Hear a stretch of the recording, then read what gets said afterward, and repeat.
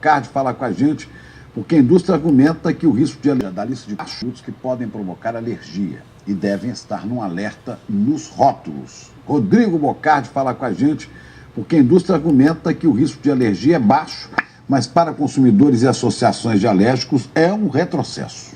Olha, Chico, outra crítica dos consumidores e associações é que eles foram consultados quando o óleo de soja foi incluído na lista de alergênicos, né, o nome como eles chamam, e agora ficaram sabendo com a decisão já publicada no Diário Oficial.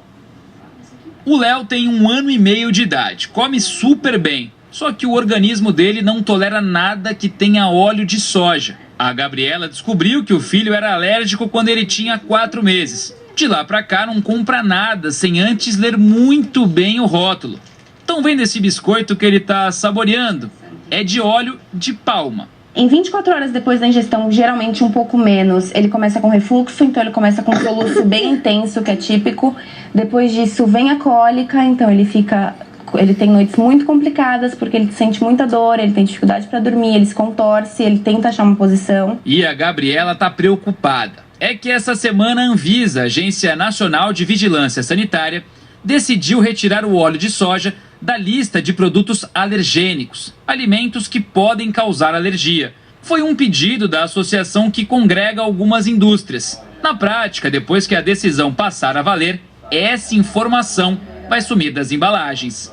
Para a advogada Cecília Cury, uma das criadoras do movimento Põe no Rótulo, que luta por mais clareza de informações nas embalagens, a decisão da Anvisa é um retrocesso. A resolução de alergênicos foi construída de uma maneira coletiva. Consumidores, profissionais de saúde, a indústria, a Anvisa. E agora a Anvisa, numa canetada, dentro de uma reunião, sem muita publicidade anterior, decidiu extinguir o óleo de soja da relação de alergênicos. O movimento defende, no caso do óleo de soja, que a informação conste pelo menos na parte da embalagem que traz os ingredientes do produto. Muitos fabricantes colocam nos rótulos apenas óleo vegetal, sem especificar a origem. Ele pode ser de girassol, de algodão, de palma. Na hora em que a Anvisa exclui o óleo de soja da lista de ingredientes alergênicos sem garantir que essa informação esteja na lista de ingredientes, o consumidor alérgico à soja que reage ao óleo de soja pode ter uma reação grave. A mudança ainda não chegou aos supermercados. Segundo a Anvisa, ainda não há um prazo para isso acontecer.